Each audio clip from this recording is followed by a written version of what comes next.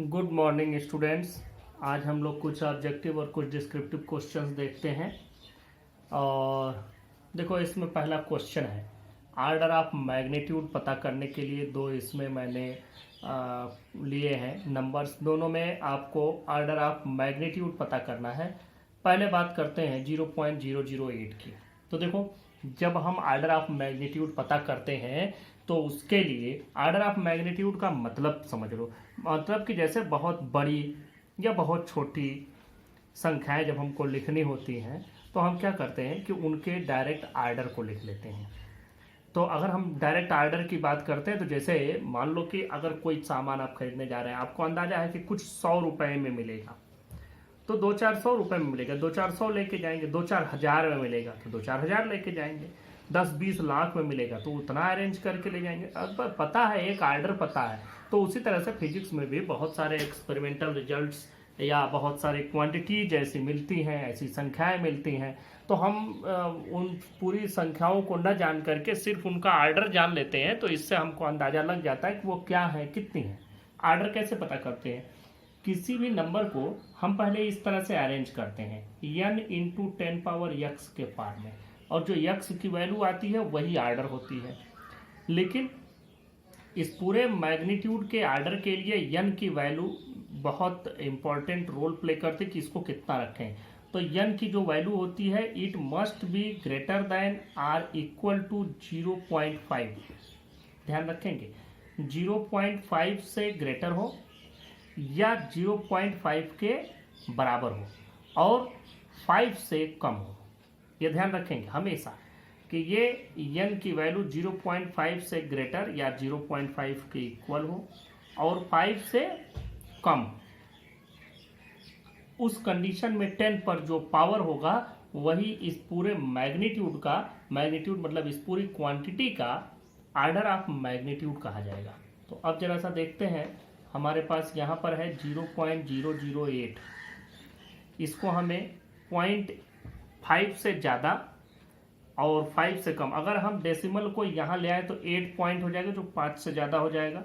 तो हम क्या करेंगे, यहाँ ले आएंगे 0.8 पर ले आएंगे इंटू 10 पावर। देखो, हम इसको इधर से जब लेफ्ट टू राइट लेकर के जाते हैं, लेफ्ट से राइट पर जब लेकर के चलेंगे तो हम पावर में हमेशा नेगेटिव पावर बढ़ाते हैं। तो यहाँ 2 प्लेसेज इसको ले गए तो 10 पावर -2 हो जाएगा।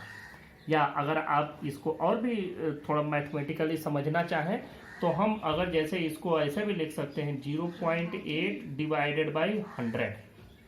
ऐसे लिख सकते हैं कि पॉइंट के नीचे 1 लिख दिया जहाँ पॉइंट था, और जितने पॉइंट हमने इसको बढ़ाए उतने 0 1 के आगे लगा दिए।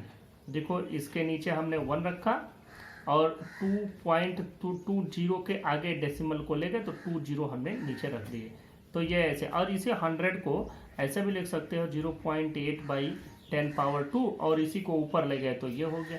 तो डायरेक्ट या आप ये समझो या डायरेक्ट ये समझो। तो अब 8 हो गया 0.5 से ज़्यादा और 5 से कम।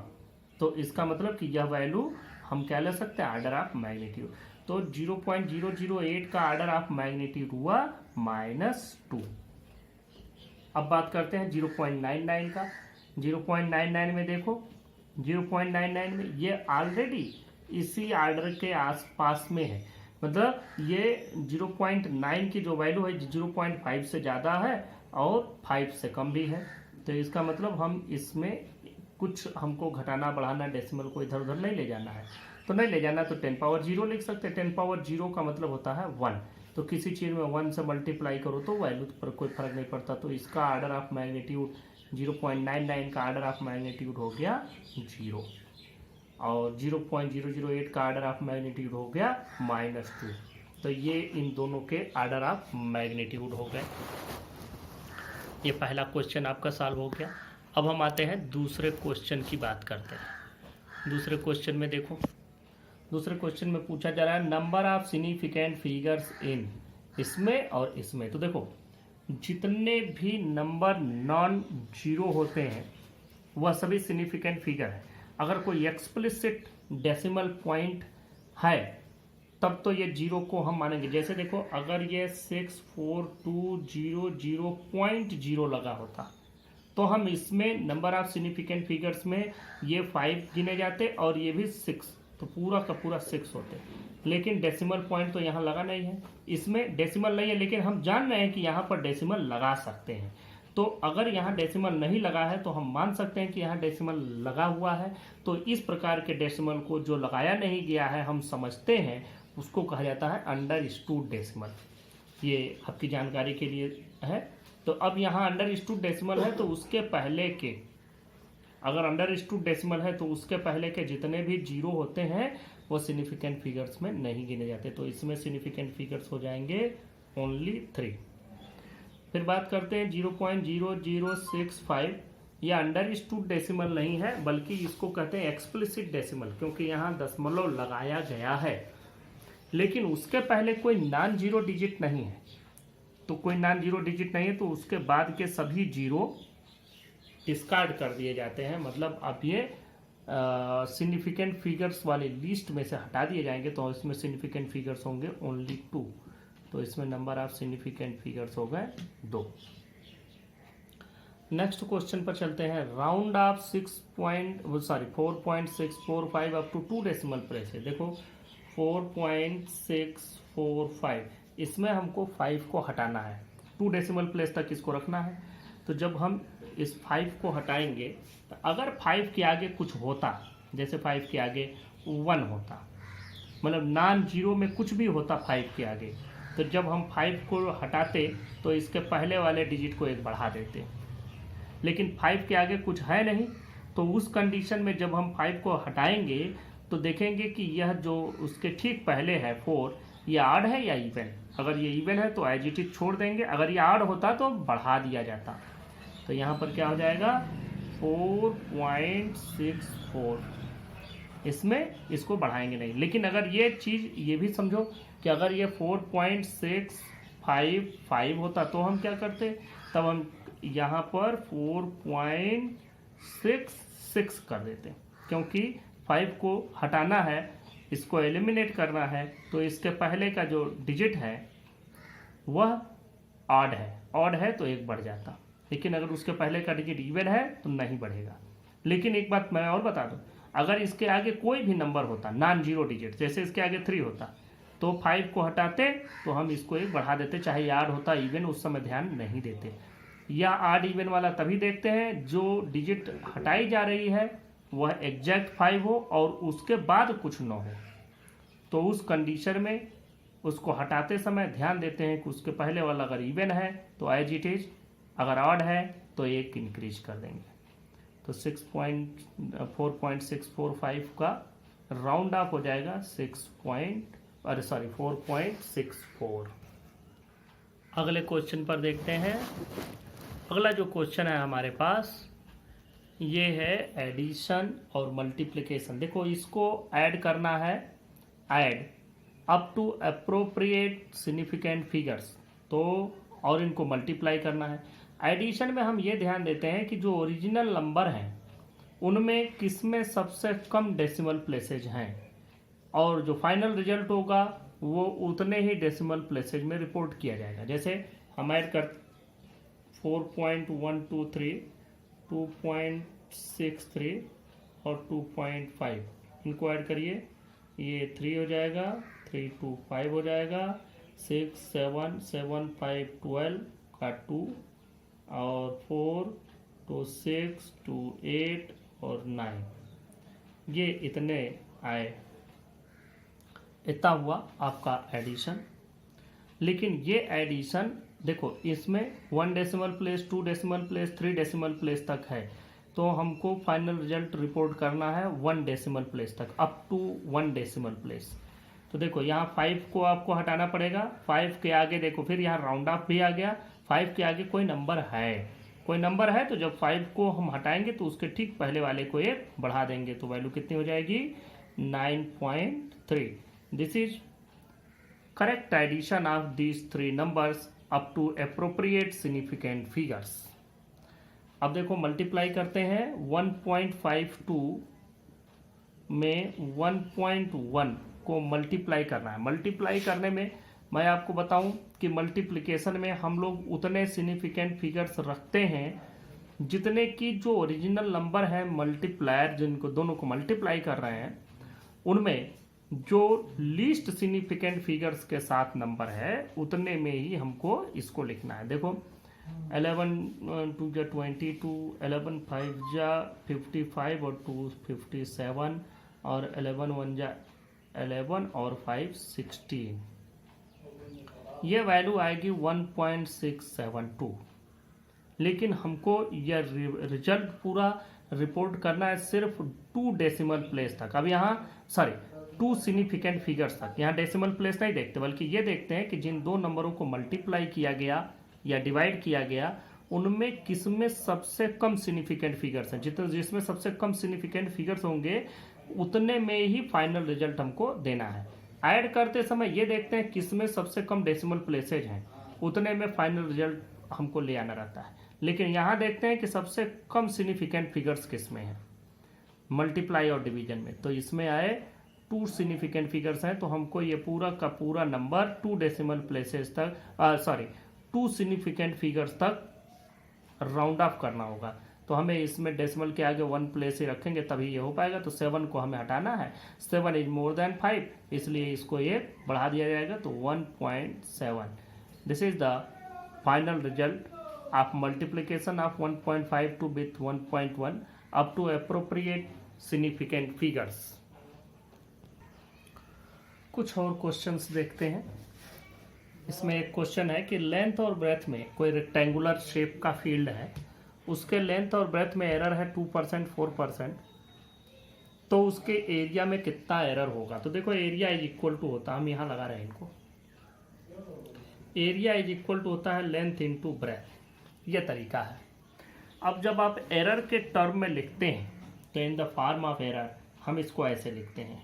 देखो डेल्टा ए बाई ए की value delta L by L plus delta B by B, ये इतना होता है।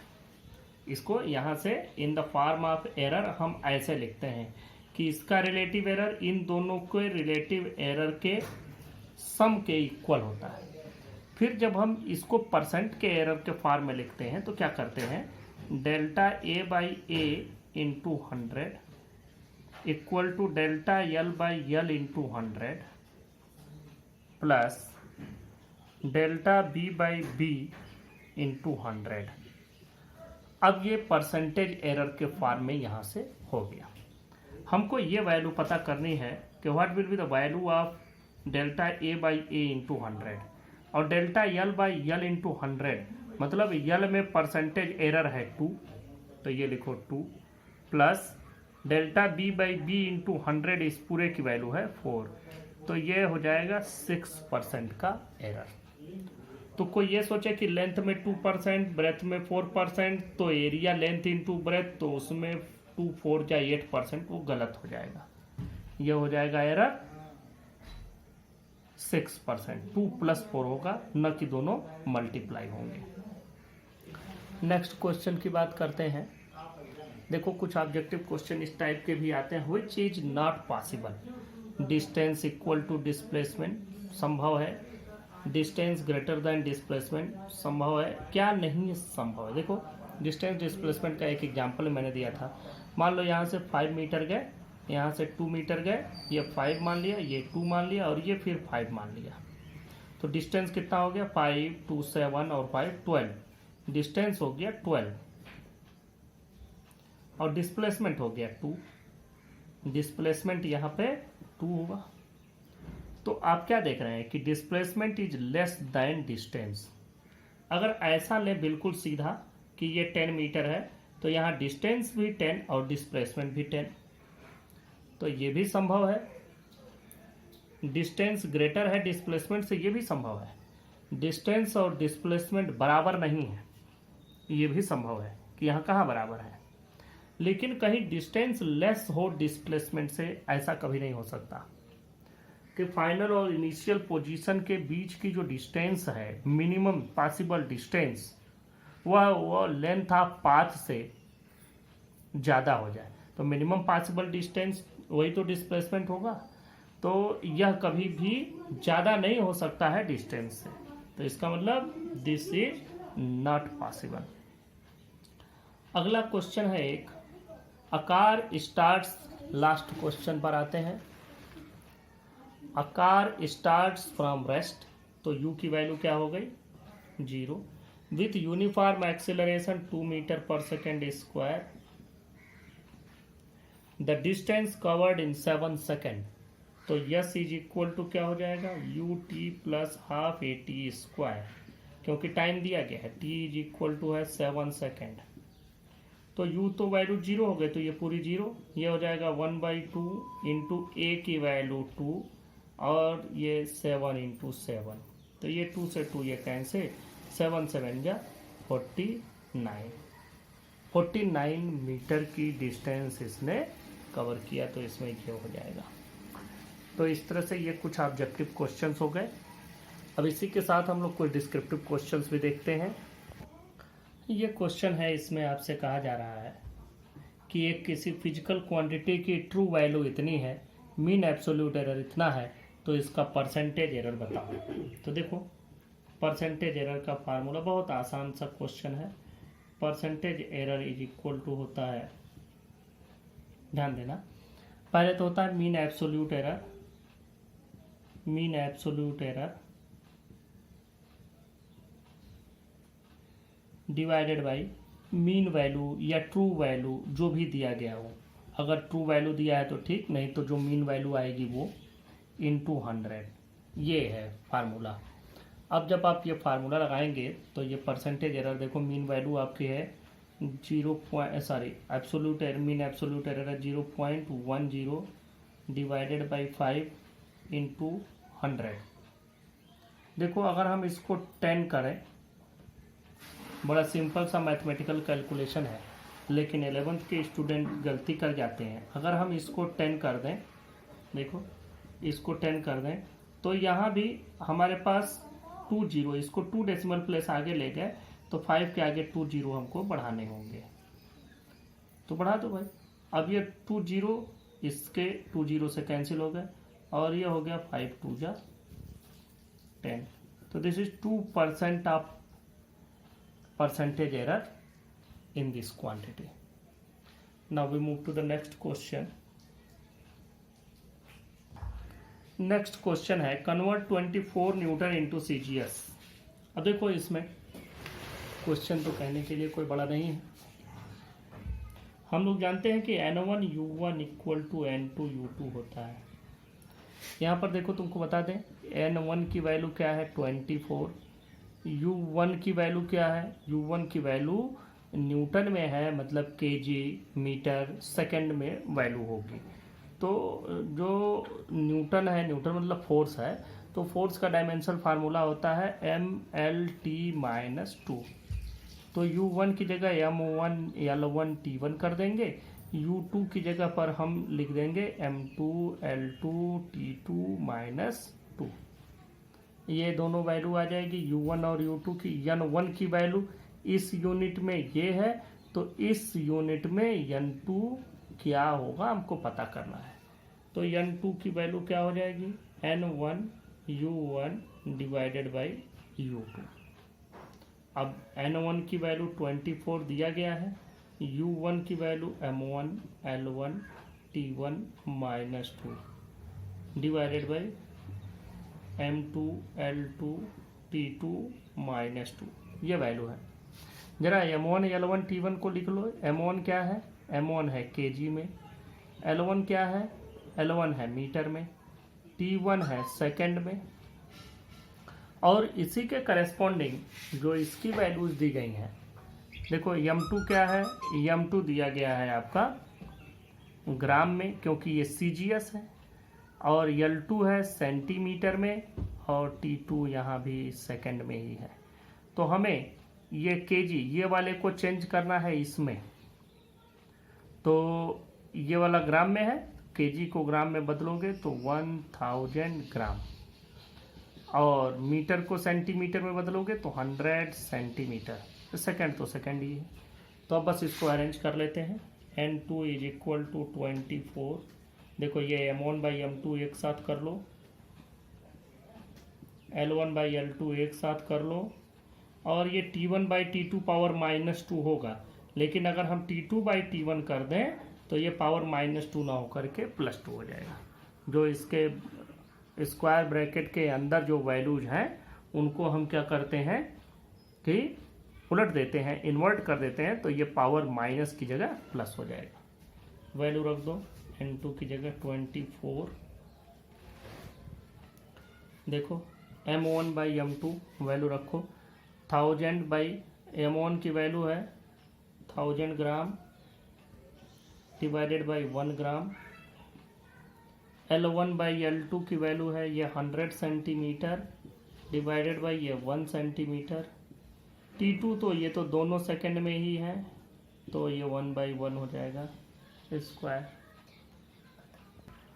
इसके बाद देखें ये 24 इंटू ये 1 के आगे 3020 तो 1 के आगे 50 345, तो या तो आप ऐसे लिखें 24 के आगे 50 लगा करके, या तो ऐसे लिख सकते हैं 24 इंटू 10 पावर 5। CGS में क्या होता है, फोर्स का यूनिट आपको पता है तो लिख दो डाइन, और नहीं पता है तो लिख दो CGS unit of force, CGS unit of force, ये वैल्यू हो जाएगी। नेक्स्ट क्वेश्चन देखते हैं। A car moving with 15 metre per second, when brake is applied it takes 5 second to stop, find retardation of the brake. देखो इसमें u की value दी गई है 15 मीटर पर सेकेंड, v मतलब फाइनली ये रुक जाती है, और टाइम कितना लगता है इतने में 5 सेकेंड का। तो आपको पता करना है what is the retardation a। इसको लगाने के दो तरीके हैं, वी यू टी से या तो ऐसे लिख दो a is equal to V minus U by T, और यहाँ से आप वैल्यू रख के पुटअप कर दें, या कोई ऐसे भी लगा सकता है v equal to U plus A T वाले फार्मूले से। इसमें भी इसको 0 रखेंगे, 15 रखेंगे, प्लस a इंटू टी की वैल्यू 5, तो a की वैल्यू हो जाएगी -15/5। तो यहाँ से भी -3 मीटर पर सेकेंड स्क्वायर आएगा, यहाँ से कैलकुलेट करोगे तब भी 0 - 15 डिवाइडेड बाई 5, यहाँ से भी -3 मीटर पर सेकेंड स्क्वायर आएगा। दोनों ही तरीके से आपको एक ही वैल्यू मिलेगी। रिटार्डेशन है या नेगेटिव आ रहा है, इसीलिए ये रिप्रेजेंट करता है कि ये रिटार्डेशन है, मतलब धीरे धीरे स्पीड घटती जा रही है। अगर बढ़ती जा रही होती तो हम उसको एक्सेलरेशन कहते हैं। This is the solution of question number 3। अब ये लास्ट क्वेश्चन देखें, इसमें दिया गया है a ball is thrown vertically upward with initial velocity of 15 metre per second, find maximum height attained by it before returning to the earth, g is equal to 10 metre per second square. तो जो जो चीज़ें दी गई हैं, a की जगह आपको g की वैल्यू दी गई है, u की वैल्यू दिया गया है 15 मीटर पर सेकेंड, v अब इसमें देखें v की वैल्यू हो जाएगी 0 डिग्री से 0 मीटर, इसलिए कि जैसे कोई चीज़ आप उठा फेंकते हैं तो जैसे वो ऊपर जाता है तो जैसे टॉप पर पहुंचता है, धीरे धीरे इसकी स्पीड घटती जाएगी और एकदम ऊपर पहुंच करके 0 हो जाएगा और फिर वो रिटर्न हो जाएगा। तो वही हाइट आपको पता करनी है कि 0 हो और जब वो रिटर्न होना शुरू हो उस समय तक उसने जितनी मैक्सिमम हाइट कवर की है वो पता करना है। तो टॉप मोस्ट पर उसकी वेलोसिटी हो जाएगी इनिशियल वेलोसिटी 0, u हो गया, v हो गया, और g की वैल्यू आपको दिया गया है 10 मीटर पर सेकेंड स्क्वायर। अब आपको पता क्या करना है, आपको पता करना है h हाइट। तो हाइट मतलब यस डिस्टेंस या हाइट, तो हम या तो एक तरीका है S is equal to U T plus half A T square, वो लगाएं। तो वो लगाओगे तो टाइम तुमको चाहिए, टाइम इसमें नहीं दिया गया है। दूसरा एक और तरीका है कि हम v square equal to U square plus 2gh से लगाएं। v square equal to U square plus 2as होता है, लेकिन जब अपवर्ड डाउनवर्ड मोशन होता है तो हम gh लिखते हैं। तो अब ये लगाएं, देखो v की वैल्यू क्या हो जाएगी, v की वैल्यू आपकी 0, u की वैल्यू 15 का स्क्वायर और प्लस 2g की वैल्यू, देखो ये अपवर्ड मोशन है तो आप g को -10 ले लेंगे। जी 10 दिया है, अपवर्ड के लिए माइनस लिखते हैं, डाउनवर्ड के लिए प्लस लिखते हैं। और h हमको पता ही करना है, तो आप यहाँ से देखेंगे तो क्या मिलेगा, 20GH इज इक्वल टू 15 का स्क्वायर करोगे तो 225 मिलेगा। अरे सॉरी, ये जी तो हट गया है, जी की जगह तो हमने 10 रख ही दिया है, 20H। तो h की वैल्यू देखो यहाँ से क्या मिल जाएगी, h विल बी 225/20। आप जब इसको सॉल्व करेंगे तो जैसे अगर हम 5 4 जा कर दें तो 5 2 जा 20 और फिर 5 5 जा 25 इसमें देखो गलत है, 5 2 जा नहीं 5 4 जा है, 5 4 जा 20 और 5 5 जा 25, तो ये 45/4 आप सॉल्व करेंगे तो ये 11 पॉइंट यहाँ समथिंग जो भी आए 11.2 करके ऐसे कुछ आएगा, 11.25 ऐसे आएगा। तो ये इतना मीटर हाइट वो कवर करेगा after thrown and before returning to the ground. तो ये इतनी डिस्टेंस हुई और ये इतने कुछ क्वेश्चंस हो गए। क्वेश्चंस को आप लोग लगाइए, देखें, इससे और भी कुछ क्वेश्चंस लगाने का आइडिया होगा। तो कुछ नेक्स्ट चीज़ों को डिस्कस करेंगे नेक्स्ट लेक्चर में। तब तक के लिए थैंक यू।